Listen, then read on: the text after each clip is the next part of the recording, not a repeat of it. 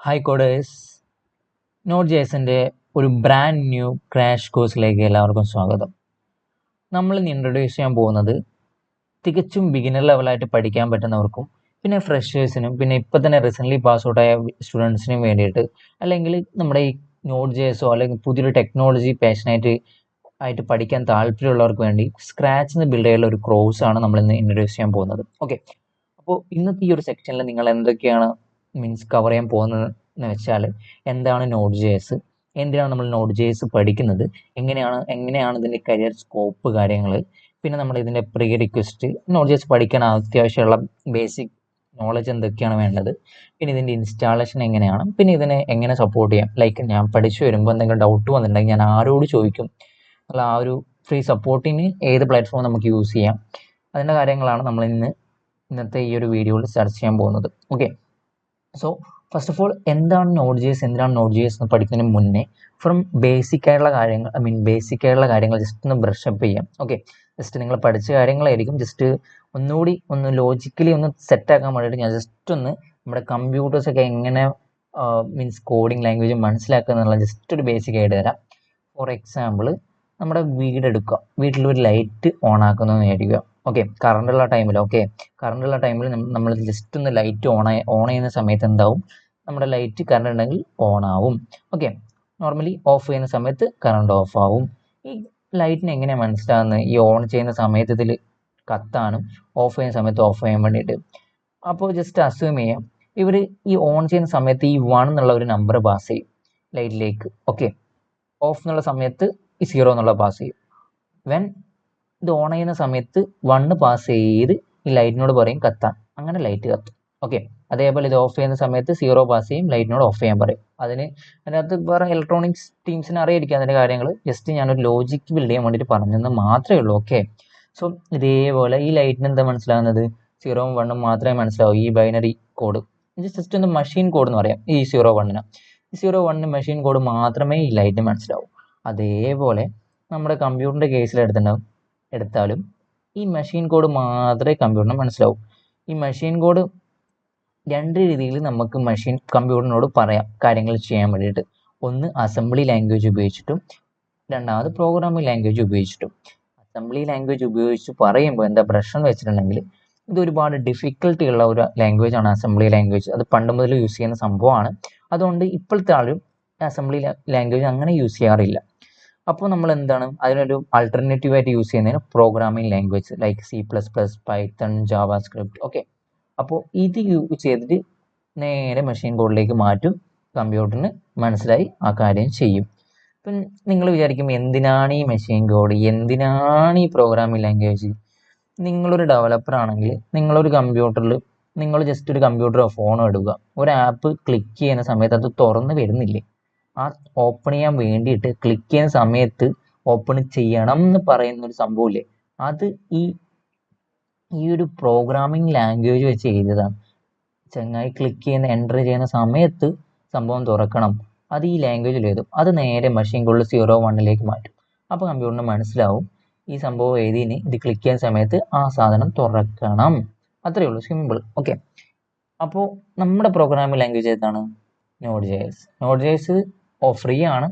ഇപ്പോൾ നിങ്ങൾ വിചാരിക്കും, നോട്ട് ജെഎസ് എങ്ങനെയാണ് ഈ മെഷീൻ കോഡിലേക്ക് കൺവേർട്ട് ചെയ്യുന്നത്? നോട്ട് ജെഎസ് 0 1ലേക്ക് നോട്ട് ജെഎസ് ഇംഗ്ലീഷിലാണ് എഴുതുക. ഓക്കെ, ഇംഗ്ലീഷിൽ എഴുതുന്ന ഒരു ലാംഗ്വേജ് ആണ്. ഇംഗ്ലീഷിൽ എഴുതുന്ന ലാംഗ്വേജ് മെഷീൻ കോഡിലേക്ക്, കമ്പ്യൂട്ടറിന് മനസ്സിലാകുന്ന കോഡിലേക്ക് മാറ്റാൻ വേണ്ടിയിട്ട് യൂസ് ചെയ്യുന്ന ഒരു എഞ്ചിൻ, ഇൻബിൽഡ് ആയിട്ട് അതിനകത്തുള്ള ഒരു എഞ്ചിനാണ് ക്രോമിൻ്റെ V8 ജാവാസ്ക്രിപ്റ്റ് എഞ്ചിൻ. ഇത് യൂസ് ചെയ്തിട്ട് നോട്ട് ജെഎസ് എഴുതുന്ന കോഡൊക്കെ, ഇംഗ്ലീഷ് എഴുതുന്ന കോഡൊക്കെ മെഷീനിന് മനസ്സിലാകുന്ന രീതിയിൽ 0 1 ആയിട്ട് കൺവേർട്ട് ആവും. സിമ്പിൾ കാര്യം. ഓക്കെ, ഇനി പറയാൻ പോകുന്നതാണ് കുറച്ചുകൂടി ഇമ്പോർട്ടൻറ്റ്, ജസ്റ്റ് മനസ്സിലാക്കി വെക്കാൻ വേണ്ടിയിട്ടാണ് ഈ കാര്യങ്ങളൊക്കെ പറഞ്ഞത്. ഓക്കെ, ജസ്റ്റ് ഇനിയാണ് എന്താണ് ഈ നോട്ട് ജെഎസ് ശരിയായി കഥ ആരംഭിക്കാൻ പോകുന്നത്. ഓക്കെ, സോ ഒരു വെബ്സൈറ്റ് എടുക്കുക. ഫോർ എക്സാമ്പിൾ ഒരു വെബ്സൈറ്റ് എടുക്കുക. ഇവിടെ കാണുന്ന ഒരു വെബ്സൈറ്റ് ആണെന്ന് വിചാരിക്കാം. ഒരു വെബ്സൈറ്റിന് ഒരു ഫ്രണ്ട് എൻഡും ഉണ്ടാവും, ഒരു ബാക്ക് എൻഡും ഉണ്ടാവും, ഒരു ഡാറ്റാബേസും ഉണ്ടാവും. ഈ ഫ്രണ്ട് എൻഡും ബാക്ക് എൻഡും ഡാറ്റാബേസ് കേൾവിയുള്ള ആൾക്കാർ മാത്രമാണെങ്കിൽ ശ്രദ്ധിച്ച് കേൾക്കുക. സിമ്പിളാണ്, ഒരു പ്രശ്നമില്ല. ഓക്കെ, നിങ്ങളിവിടെ കാണുന്ന ഈ എഴുത്തും ഈ ഇവിടെ ബട്ടൺസും കാര്യങ്ങളൊക്കെ ഇല്ലേ, ഇതൊക്കെ ഫ്രണ്ട് എൻഡിൽ ഡിസൈൻ ചെയ്തതാണ്. ഈ ഫ്രണ്ട് എൻഡ് ഡിസൈൻ ചെയ്യാൻ വേണ്ടി പെർട്ടിക്കുലറായിട്ട് കുറച്ച് ലാംഗ്വേജസും ഫ്രെയിം വർക്കും ഒരുപാട് കാര്യങ്ങളുണ്ട്. ഇപ്പോൾ നിങ്ങൾക്ക് കാണാം ഇവിടെ ഇപ്പോൾ റിയാക്ട്, ആംഗുലർ, ഫ്ലട്ടർ ഇതൊക്കെ നമ്മുടെ ഈ കാണുന്ന സാധനം ഡിസൈൻ ചെയ്യാൻ വേണ്ടി മാത്രം ഉണ്ടാക്കുന്നതാണ്. റിയാക്ട് ജാവാസ്ക്രിപ്റ്റിൻ്റെ ആണ്, ആംഗുലർ ജാവാസ്ക്രിപ്റ്റിൻ്റെ ആണ്, ഫ്ലട്ടർ വേറെ തന്നെ ഡാറ്റ എന്ന് പറഞ്ഞൊരു പ്രോഗ്രാം ലാംഗ്വേജ് യൂസ് ചെയ്യുന്ന ഒരു ഫ്രെയിം വർക്കാണ് ഫ്ലട്ടർ. അപ്പോൾ ഇതൊക്കെ ഉപയോഗിച്ച് നമുക്ക് ഈ ഫ്രണ്ട് എൻഡ് ഉണ്ടാക്കാൻ പറ്റും. ഓക്കെ, ഫ്രണ്ട് എൻഡ് റിയാക്ടിൻ്റെ കോഴ്സ് നമ്മൾ ഓൾറെഡി ചെയ്തിട്ടുണ്ട്, മറ്റുള്ളവർക്ക് പോയി കാണാം. ഓക്കെ, അപ്പോൾ ഈ ഫ്രണ്ട് എൻഡ് കണ്ടോ, അപ്പോൾ ഈ ബട്ടണൊക്കെ ക്ലിക്ക് ചെയ്യുമ്പോൾ ഒരു ലോഗിൻ എന്നുള്ളൊരു ബട്ടൺ ഉണ്ടെന്ന് വെച്ചോ, ഒരു എക്സാമ്പിൾ ലോഗിൻ എന്നുള്ള ബട്ടൺ ക്ലിക്ക് ചെയ്യുമ്പോൾ ലോഗിൻ ചെയ്ത് പോകണം. മീൻസ് ആ യൂസർ തന്നെയാണോ നോക്കി ലോഗിൻ ചെയ്ത് പോകണം. അല്ലെങ്കിൽ ഇവിടെ ഇപ്പോൾ ഏതെങ്കിലും ഒരു ബട്ടൺ ക്ലിക്ക് ചെയ്യുമ്പോൾ അതിൻ്റെ ഡീറ്റെയിൽസ് കിട്ടണം. ഓക്കെ, ഒരു വെബ്സൈറ്റിൽ നിങ്ങൾ കയറി, ഏതെങ്കിലും ഒരു വെബ്സൈറ്റിൽ കയറി അവിടെ ഒരു സംഭവം ലോഗിനോ, ഇൻസ്റ്റാഗ്രാം ഫോർ എക്സാമ്പിൾ ഇൻസ്റ്റാഗ്രാം എടുക്കുക, ഇൻസ്റ്റാഗ്രാമിൽ നിങ്ങൾ പാസ്വേഡ് യൂസർ നെയിം അടിച്ച് കയറുന്നു ഫ്രണ്ട് എൻഡിൽ. അപ്പോൾ അത് ചെയ്യുമ്പോൾ ഫ്രണ്ട് എൻഡ് നിങ്ങൾ കാണുന്നുണ്ട്, അതിൻ്റെ ബാക്ക് എൻഡിൽ എങ്ങനെയൊക്കെ നടക്കുന്നത് മനസ്സിലാവും. ബാക്ക് എൻഡിൽ നടക്കുന്നതെന്ന് വെച്ചിട്ടുണ്ടെങ്കിൽ അന്നേരം ഈ ഒരു ബാക്ക് എൻഡിൽ ഒരു നോഡ് ജേസോ അല്ലെങ്കിൽ അതിൻ്റെ ലാംഗ്വേജിൽ ഒരു സംഭവം എഴുതിയിട്ടുണ്ടാവും. ഡാറ്റാബേസിൽ പോയിട്ട് ഈ സംഭവം ചങ്ങായി യൂസർ നെയിമും പാസ്വേഡും അടിച്ചിട്ടുണ്ട്, അത് സംഭവം ഉണ്ടോ എന്ന് നോക്കിയിട്ട് എടുത്തു വരാൻ വേണ്ടി സംഭവം യൂസ് ചെയ്യുന്ന ഒരു സംഭവമാണ് ഈ ബാക്ക് എൻഡ് എന്നുള്ള സംഭവം, ബാക്ക് എൻഡ് ലാംഗ്വേജസ്. ഇവിടെ ഇപ്പോൾ നമ്മൾ നോഡ് ജേസ് യൂസ് ചെയ്യുന്നത്. ഓക്കെ, ഈ നോഡ് ജേസ് വെച്ചിട്ട് ഡാറ്റാബേസിൽ പോയിട്ട് നമ്മുടെ ഇവിടെ എക്സാമ്പിളാണ് ഡാറ്റാബേസ് മോങ്കോഡിബി PSQL എന്ന് വെച്ചാൽ ഒരു ഡാറ്റാബേസ് ആണ്. ഡാറ്റാബേസിലാണ് നമ്മുടെ ഡാറ്റകളെല്ലാം സ്റ്റോർ ചെയ്യുന്നത്. ഇവിടെ കാണുന്ന ലേൺ എവരിത്തിങ് ഫോർ ഫ്രീ ഇതൊക്കെ നമുക്ക് ഡാറ്റാബേസിൽ സ്റ്റോർ ചെയ്തിട്ട് ഈ ബാക്ക് എൻഡ് നോഡ് ജേസ് വഴി ഒരു API എന്നുള്ള സംഭവമുണ്ട്. API വെച്ചിട്ട് നോഡ് ജേസ് വെച്ച് നമ്മൾ API ബിൽഡ് ചെയ്യാൻ പോകും. ഓക്കെ, എല്ലാം ഞാൻ പറഞ്ഞുതരാം ബൈ ദ ബൈ, ജസ്റ്റ് കേട്ട് മനസ്സിലാക്കുക. ഇങ്ങനെയാണ് വെബ്സൈറ്റ് വർക്ക് ചെയ്യുന്നത്. നമ്മുടെ ഫ്രണ്ട് എൻഡിലേക്ക് കൊടുക്കും. അതായത് ഇത് ഈ ബട്ടൺ ക്ലിക്ക് ചെയ്യുന്ന സമയത്ത് ബാക്ക് എൻഡിൽ ലാംഗ്വേജിൽ നമ്മുടെ സംഭവങ്ങളുടെ ഇതിൻ്റെ സർവറായിട്ട് എന്താണ് സർവർ സൈഡ് ലാംഗ്വേജ് എന്നാണ് പറയുക ഈ നോഡ് ജേസ്. ഓക്കെ, എന്താണ് സർവർ കാര്യങ്ങളൊക്കെ ഞാൻ അടുത്ത സ്ലൈഡ് പറഞ്ഞു തരും. ജസ്റ്റ് മനസ്സിലാക്കുക ഇതെന്താണ് സംഭവം നടക്കുന്നതിന്. ഫ്രണ്ട് എൻഡിൽ ക്ലിക്ക് ചെയ്യുന്ന ഓരോ സംഭവങ്ങളും എന്താണ് ബാക്ക് എൻഡിലെ സർവർ സൈഡിൽ നോഡ് ജേസിൽ എഴുതിയ ലാംഗ്വേജ് വഴി API വഴി ഡാറ്റാബേസിൽ പോയിട്ട് ഡാറ്റ ഉണ്ടോ നോക്കി എടുത്തിട്ട് നേരെ തിരിച്ച് ഫ്രണ്ട് എൻഡിൽ കാണിച്ചു കൊടുക്കും. ഓക്കെ, ഇതാണ് നമ്മുടെ ഒരു വെബ്സൈറ്റ് വർക്ക് ചെയ്യുന്നത്. ഇതിൽ നമ്മുടെ ഡാറ്റാബേസിൽ പോയി എടുക്കാനും API ബിൽഡിങ്ങിനും ബാക്കിയുള്ള ബാക്ക് എൻഡ് കാര്യങ്ങളൊക്കെ എല്ലാം യൂസ് ചെയ്യുന്ന ഒരു ലാംഗ്വേജ് ആണ് നമ്മുടെ നോഡ് ജേസ്. ഐ ഹോപ്പ് നിങ്ങൾക്ക് മനസ്സിലായിട്ടുണ്ടാവുമെന്ന് വിചാരിക്കുന്നു. മനസ്സിലായില്ല ഒന്നും കൂടി ജസ്റ്റ് ഒന്ന് റീവൈൻഡ് ചെയ്ത് കാണുക, മനസ്സിലാവും. ഫ്രണ്ട് എൻഡ് എന്ന് വെച്ചിട്ടുണ്ടെങ്കിൽ കാണാൻ വേണ്ടി മാത്രം ഡിസൈൻ ചെയ്യുന്ന സംഭവങ്ങൾ. ഓക്കെ, ഫങ്ഷനാലിറ്റി ചെയ്തും, അതായത് ഈ ബാക്ക് എൻഡ് ഡാറ്റാബേസിന് സാധനം എടുത്തുകൊണ്ടുവരാൻ വേണ്ടിയിട്ടുള്ള API കോൾസും കാര്യങ്ങളൊക്കെ ചെയ്യുന്നത് ഫ്രണ്ട് എൻഡിലാണ്. എന്നിട്ട് APIയിലെ ഫങ്ഷനാലിറ്റി ചെയ്യുന്നത് ഡാറ്റാബേസിൽ പോയി ഇന്നേ സാധനം എടുക്കണം എന്ന് പറയുന്നത് ഈ നോഡ് ജേസ് വെച്ചിട്ടാണ് ലാംഗ്വേജ് ചെയ്യുന്നത്.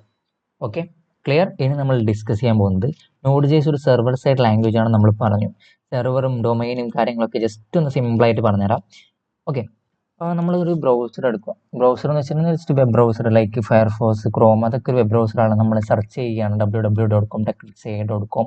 ഇതിൽ ഈ techflixai എന്ന് വെച്ചൊരു ഡൊമൈൻ നെയിമാണ്. ഓക്കെ, ഈ ഒരു ഡൊമൈൻ നെയിം എന്താണെന്ന് വെച്ചിട്ടുണ്ടെങ്കിൽ ഈ പർട്ടിക്കുലർ ഇതിൻ്റെ ഒരു സംഭവത്തിൻ്റെ ഒരു IP അഡ്രസ്സ് മാസ്ക് ചെയ്യുന്ന ഒരു സംഭവമാണ് ഡൊമൈൻ നെയിം എന്ന് വെച്ചാൽ. ഓക്കെ, എന്തിനാണ് മാസ്ക് ചെയ്യുന്നത് വെച്ചിട്ടുണ്ടെങ്കിൽ നമ്മുടെ ഈ ഓരോ വെബ്സൈറ്റും ഓരോ സെർവറിൽ ഹോസ്റ്റ് ചെയ്തിട്ടുണ്ടാവും. ഇത് ഓരോ സെർവറിലും ഓരോ വെബ്സൈറ്റിനെ യുണീക്കായിട്ട് IP അഡ്രസ്സിലായിരിക്കും. ഓരോ IP അഡ്രസ്സിലായിരിക്കും ഓരോ വെബ്സൈറ്റ് ഉള്ളത് യുണീക്കായിട്ടുള്ള. സാധാരണ അപ്പോൾ ഈ IP അഡ്രസ്സ് വെച്ചിട്ടാണ് സാധാരണ ശരിക്കും പറഞ്ഞാൽ www.com IP അഡ്രസ്സ് എന്നാണ് 192.com എന്ന് പറഞ്ഞിട്ടുണ്ടെങ്കിൽ ആ ഒരു IP അഡ്രസ്സിലാണ് സാധാരണ വെബ്സൈറ്റ് കാണേണ്ടത്. അതിനെ മാസ്ക് എന്ന് വെച്ചാൽ അതിനെ മറച്ചിട്ട് IP അഡ്രസ്സിനെ മറച്ചിട്ട് കുറച്ച് വൃത്തിയിൽ കാണിക്കാൻ വേണ്ടിയിട്ടാണ് നമ്മൾ ഡൊമൈൻ നെയിം ഇവിടെ യൂസ് ചെയ്യുന്നത്. www.com techflixai.com ഡൊമൈൻ നെയിം എന്നുള്ള ഒരു കോൺസെപ്റ്റ് ഇല്ലെങ്കിൽ ഇവിടെ നമ്മൾ യൂസ് ചെയ്യുന്നത് IP അഡ്രസ്സ് ആയിരിക്കും 192.com.11. അങ്ങനെയുള്ള IP അഡ്രസ്സാണ്. ഓക്കെ, എല്ലാ ഫോണിനും ആപ്പിനും ഒക്കെ നമ്മുടെ IP അഡ്രസ്സ് ഉണ്ട്. ഓക്കെ, സോ ഈ ഒരു വെബ്സൈറ്റ് കോൾ ചെയ്യുന്ന സമയത്ത് നേരെ നമ്മുടെ IP പോയിന്റ് ചെയ്ത ഈ സെർവറിലേക്ക് വരും.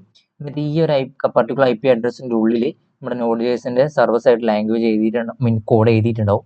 അപ്പോൾ ഈ സർവർ സൈഡിൽ അതിനകത്തുള്ള നോഡ് ജേസിലെ പ്രോഗ്രാം നിന്ന് നമ്മൾ നേരെ ഡാറ്റാബേസിൽ പോയിട്ട് ഡാറ്റ എടുക്കും. ഇന്ന ഡൊമൈന് വിളിച്ചിട്ടുണ്ട്, ഡാറ്റ വേണം, അപ്പോൾ നേരെ IP അഡ്രസ്സ് ഡാറ്റ കൊടുക്കും, നേരെ ഡൊമൈനിലേക്ക് ഡാറ്റ കിട്ടും. അങ്ങനെയാണ് നമ്മൾ ഈ സെർവർ ഡൊമൈനൊക്കെ ബേസിക് ആയിട്ടൊരു ഐഡിയ ആണ്. ജസ്റ്റ് ഒരു സിമ്പിളായിട്ട് ലോജിക്കൽ പറഞ്ഞതാണ്. Okay, I hope you will understand. Just ഒന്ന് ഞാനൊരു ക്രോം വെച്ചിട്ട് ജസ്റ്റ് ഒന്ന് ഡെമോ കാണിച്ചു തരാം എങ്ങനെയാണ് വർക്ക് ചെയ്യുന്നത്. ഫോർ എക്സാമ്പിൾ ഞാനിപ്പോൾ ഒരു മൈക്രോസോഫ്റ്റ് എഡ്ജിൻ്റെ നമ്മുടെ ഒരു ബ്രൗസർ എടുത്തിട്ടുണ്ട്. ജസ്റ്റ് ഞാനിവിടെ ടെക് ഫിക്സ് ചെയ്യുന്ന ടൈപ്പ് ചെയ്തിട്ടുണ്ട്. ജസ്റ്റ് ഇതിൻ്റെ റെസ്പോൺസ് എങ്ങനെ വരുന്നതെന്ന് കാണിച്ചു തരാം. അതിനൊരു ഇൻസ്പെക്ട് അടിച്ചിട്ട് ഇവിടെ നെറ്റ്വർക്ക് നമുക്ക് കാണാൻ പറ്റും കോൾ ചെയ്യുന്നത്. ഓക്കെ, ഞാൻ ടെക് ഫിക്സ് അടിച്ചു. അപ്പോൾ എന്താണ് ഇവിടെ ഒരുപാട് റെക്കമെൻഡേഷൻ വന്നിട്ടുണ്ട്. ജസ്റ്റ് ഒന്ന് എടുത്ത് കളയാം. ജസ്റ്റ് നമുക്ക് ഇൻസ്റ്റാഗ്രാമിൻ്റെ ഇതൊന്ന് അടിക്കാം. ജസ്റ്റ് ബാക്ക് അടിക്കാം. ഇവിടെ കാണാം റിലേറ്റഡ് പേജ് കണ്ടൻസ്. ഇവിടെ ഇപ്പോൾ കാണുന്നില്ല. ടെക് ഫിക്സ് നമ്മൾ സെർച്ച് ചെയ്തിട്ടുണ്ട്. അത് കറക്റ്റായിട്ട് ഇവരെന്താണ് ചെയ്യുന്നതെന്ന് വെച്ചിട്ടുണ്ടെങ്കിൽ ഇതിൻ്റെ ഹെഡേഴ്സ് എടുത്ത് നോക്കിയിട്ടുണ്ടെങ്കിൽ ഈ ഒരു സംഭവം കണ്ടോ, ഈ ഒരു bing.com എന്നുള്ള ഇതിൻ്റെ ഇവരുടെ സെർവറിൽ പോയിട്ട് ഇതിനനുസരിച്ച് ടെക് ഫിക്സ് എന്നുള്ള ഈ ഒരു ക്വയറി എന്ന് പറയാം, സെർച്ച് ക്വയറി, ഇതിനനുസരിച്ചുള്ള ഡാറ്റ ഉണ്ടോ എന്ന് സെർച്ച് ചെയ്ത് അവരുടെ സെർവറിൽ നിന്ന് എടുത്ത് കൊണ്ടുവന്നിട്ട് നമ്മളെ കാണിച്ചു തരുന്നതാണ്. മനസ്സിലായോ? നേരത്തെ പറഞ്ഞ സംഭവം ഒന്നുകൂടി ഒന്ന് റിവൈൻഡ് ചെയ്ത് കണ്ടിട്ട് കാണുന്നതാണെങ്കിൽ നിങ്ങൾക്ക് മനസ്സിലാവും. ഫ്രണ്ട് എൻഡിൽ ഒരു സംഭവം ക്ലിക്ക് ചെയ്യുന്ന സമയത്ത്, ഫ്രണ്ട് എൻഡിൽ അതായത് ഇവിടെ ഒരു സംഭവം ഇൻസ്റ്റാഗ്രാം എന്നുള്ള സംഭവം ക്ലിക്ക് ചെയ്യുന്ന സമയത്ത് ഇവർ തന്നെ ബാക്കിൽ കുറച്ച് കാര്യങ്ങൾ എഴുതി വെച്ചിട്ടുണ്ട്. ഇവരെ API ഉണ്ട്. ഇവരെ API ആണ് ഇവിടെ കാണുന്ന ഈ ഒരു API. ഓക്കെ, ഇത് ക്ലിക്ക് ചെയ്യുമ്പോൾ ഇന്ന് API കോൾ ചെയ്യണമെന്ന് ബിങ് എഡ്ജ് എഴുതി വെച്ചിട്ടുണ്ട്, ഈ ഒരു ബ്രൗസർ എഴുതി വെച്ചിട്ടുണ്ട്. അപ്പോൾ അവർ ഈ ഒരു സെർവർ bing.com എന്നുള്ള ഈ ബിങ്ങിൻ്റെ സെർവറിലേക്ക് പോകും. അതിനകത്ത് ഈ ഒരു IP പോയിന്റ് ചെയ്യുന്ന ഡീറ്റെയിൽസ് ഉണ്ടോ എന്ന് നോക്കും. ബിങ്ങിൻ്റെ അകത്ത് പർട്ടിക്കുലർ IP പോയിന്റ് ചെയ്യുന്ന ഡീറ്റെയിൽസ് ഉണ്ടോ എന്ന് നോക്കും. ടെക് ഫിക്സ് ചെയ്യുന്ന ഡീറ്റെയിൽസ് ഉണ്ടോ എന്ന് നോക്കിയിട്ട് അതിന് കണക്കായിട്ട് ഇൻസ്റ്റാഗ്രാം പേജ് ഇവിടെ ഷോ ചെയ്യിക്കും. സിമ്പിൾ. ഓക്കെ, അപ്പോൾ ഇത്രയേ ഉള്ളൂ നമ്മുടെ സെർവറിൻ്റെ കാര്യങ്ങൾ. ഇനി നമ്മൾ എന്തിനാണ് നമ്മുടെ Node.js, എന്തൊക്കെയാണ് കരിയർ സ്കോപ്പ് എന്ന് നോക്കാം. Node.js പഠിക്കുന്നതുകൊണ്ട് മെയിനായുള്ള കരിയർ സ്കോപ്പ് എന്ന് വെച്ചിട്ടുണ്ടെങ്കിൽ ബാക്കിയുള്ള എല്ലാ ലാംഗ്വേജസിനെ അപേക്ഷിച്ച് Node.jsന് ഇപ്പോൾ അത്യാവശ്യം നല്ല ഹൈപ്പ് കിട്ടിയിട്ടുണ്ട് ഈ ഒരു 2024. പിന്നെ അത് നമ്മുടെ ഇന്ത്യയിലെ ആവറേജ് ഒരു Node.js ഡെവലപ്പറുടെ സാലറി എന്ന് വെച്ചാൽ 4.5 LP ആണ്. ഓക്കെ, അപ്പോൾ Node.js പഠിക്കുന്നതുകൊണ്ട് എന്തുകൊണ്ടും വർത്താണ്. ഇനി ഇത് പഠിക്കേണ്ട ആവശ്യമുള്ള കുറച്ച് പ്രീ റിക്വസ്റ്റ് വെച്ചിട്ടുണ്ടെങ്കിൽ ജാവാസ്ക്രിപ്റ്റിൻ്റെ ഫൗണ്ടേഷൻസ് അറിയണം. അത് നമ്മുടെ ജാവാസ്ക്രിപ്റ്റ് ട്യൂട്ടോറിയൽ നമ്മൾ ഓൾറെഡി ഉണ്ട്, ജസ്റ്റ് വാച്ച് ഔട്ട് ചെയ്തിട്ട് വന്നാണ്. ES6, functions, variables, data types, if else, array, objects. Okay, ഇതൊക്കെ ജസ്റ്റ് ഒന്ന് ഞങ്ങളുടെ തന്നെ പ്ലേലിസ്റ്റ് ഉണ്ട്, അല്ലെങ്കിൽ ഞങ്ങൾ അപ്കമിങ് സെക്ഷനിൽ പറഞ്ഞു തരും. എന്നാലും ജസ്റ്റ് നിങ്ങളൊന്ന് പഠിച്ചു വരുന്നത് നിങ്ങൾക്ക് നല്ലതായിരിക്കും. പിന്നെ ഫ്രണ്ട് എൻഡിന് വേണ്ടി HTML, CSS, ജാവാസ്ക്രിപ്റ്റ്, റിയാക്ട്, ഇത് നമ്മുടെ പ്ലേലിസ്റ്റ് ഉണ്ട്, നോക്കിയാൽ മതി, കിട്ടും, സീനില്ല. പിന്നെ നമ്മുടെ ലാപ്ടോപ്പിൻ്റെ കാര്യം പറഞ്ഞാൽ ലാപ്ടോപ്പ് വിത്ത് മിനിമം ഒരു 4 GB RAM എങ്കിലും വേണം. പിന്നെ ഒരു i3 R3 പ്രൊസസ്സർ ആയാലും കുഴപ്പമില്ല. ഓക്കെ, ഇത്രയാണ് ഇതിന് പ്രീ റിക്വസിറ്റ്സ് വരുന്നത്. അടുത്ത നമ്മൾ നമ്മുടെ Node.js എന്നുള്ള നമ്മുടെ ഈ ഒരു പ്രോഗ്രാമിംഗ് ലാംഗ്വേജ് നമ്മുടെ സിസ്റ്റത്തിലേക്ക് ഇൻസ്റ്റാൾ ചെയ്യാൻ പോവുകയാണ്. അതിനായിട്ട് നിങ്ങൾ ചെയ്യേണ്ടത് Node.jsൻ്റെ ഒഫീഷ്യൽ വെബ്സൈറ്റിൻ്റെ ലിങ്ക് ഞാൻ ഡിസ്ക്രിപ്ഷൻ ബോക്സിൽ കൊടുക്കാം. ഓക്കെ, ജസ്റ്റ് അതിൽ ഓപ്പൺ ചെയ്ത് കഴിഞ്ഞിട്ടുണ്ടെങ്കിൽ നിങ്ങൾക്ക് ഇങ്ങനെ ഒരു Node.jsൻ്റെ ഒഫീഷ്യൽ വെബ്സൈറ്റിലാണ് വരിക. ജസ്റ്റ് ക്ലിക്ക് ചെയ്യുക. ഇവിടെ ഇൻസ്റ്റാളേഷൻ സ്റ്റാർട്ട് ചെയ്യും. ഞാൻ ഓൾറെഡി ഇൻസ്റ്റാൾ ചെയ്തിട്ടുണ്ട്. ഓക്കെ, ഇത് കംപ്ലീറ്റ് ചെയ്ത് കഴിഞ്ഞിട്ടുണ്ടെങ്കിൽ ജസ്റ്റ് ഡബിൾ ക്ലിക്ക് ചെയ്യുക, ഓപ്പൺ ആവും. ജസ്റ്റ് ഓപ്പൺ ആയി കഴിഞ്ഞിട്ടുണ്ടെങ്കിൽ കമ്പ്യൂട്ടിങ് സ്പേസ്, നിങ്ങളെ സ്പേസ് എത്ര വേണമെന്ന് അവർ കമ്പ്യൂട്ട് ചെയ്തുകൊണ്ടിരിക്കലാണ്. ജസ്റ്റ് നെക്സ്റ്റ് ക്ലിക്ക് ചെയ്യുക. ഇവിടെ ആക്സെപ്റ്റ് അടിക്കുക, നെക്സ്റ്റ് ക്ലിക്ക് ചെയ്യുക. ഇത് ഏത് പാത്താണ് നോക്കാനാണ്. നെക്സ്റ്റ് ക്ലിക്ക് ചെയ്യുക. ഇതൊന്നും ചെയ്യേണ്ട, നെക്സ്റ്റ് ക്ലിക്ക് ചെയ്യുക. ഒന്നും ചെയ്യേണ്ട, നെക്സ്റ്റ് ക്ലിക്ക് ചെയ്യുക, ഇൻസ്റ്റാൾ.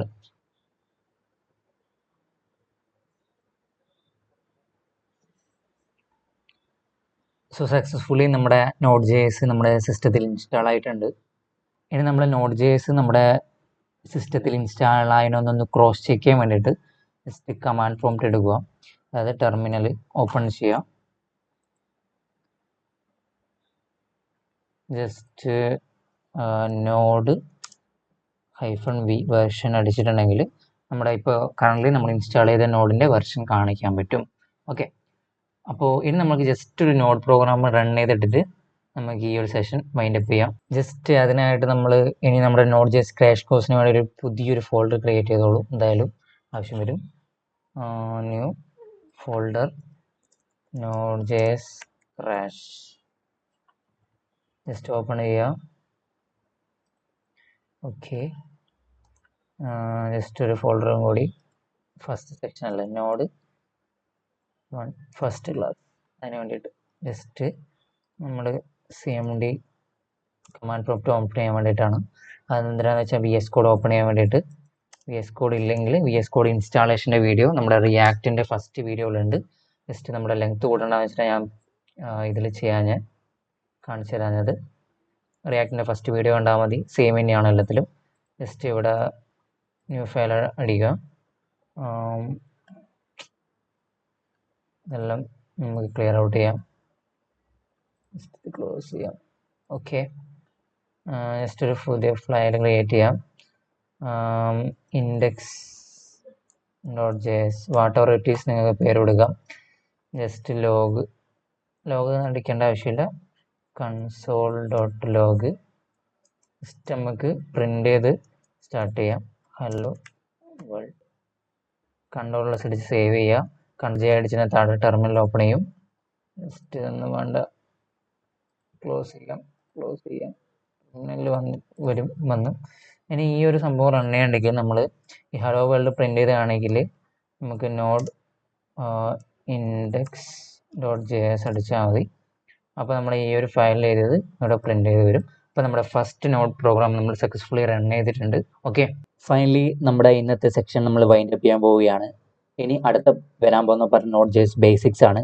ഈ ഒരു പാർട്ടിൽ നിങ്ങൾക്ക് എന്തെങ്കിലും ഡൗട്ടോ കാര്യങ്ങളുണ്ടെങ്കിൽ നമ്മുടെ ഫ്രീ സപ്പോർട്ട് ഗ്രൂപ്പ് ഉണ്ട്. അതിൻ്റെ ലിങ്ക് ഞാൻ വാട്സപ്പ് ഗ്രൂപ്പിൻ്റെ ലിങ്ക് ഡിസ്ക്രിപ്ഷൻ ബോക്സിൽ കൊടുക്കുന്നുണ്ട്. ഓക്കെ, അപ്പോൾ ഇനി വരാൻ പോകുന്ന സെക്ഷൻ റിലീസ് ചെയ്യാൻ വേണ്ടിയിട്ട് ഈ ഒരു സെക്ഷന് മിനിമം ഒരു 1K വ്യൂസ് ഉണ്ടെങ്കിൽ മാത്രമേ അടുത്ത സെക്ഷൻ ഞങ്ങൾ റിലീസ് ചെയ്യൂ. Because we need your support. അപ്പോൾ ഇന്നത്തെ വീഡിയോ ഇത്രയേ ഉള്ളൂ ഗൈസ്. നിങ്ങൾക്ക് എന്തോ ഡൗട്ടോ കാര്യമുണ്ടെങ്കിൽ നമ്മുടെ ഗ്രൂപ്പിൽ ജോയിൻ ചെയ്ത് ചോദിക്കാവുന്നതാണ്. So thank you for watching.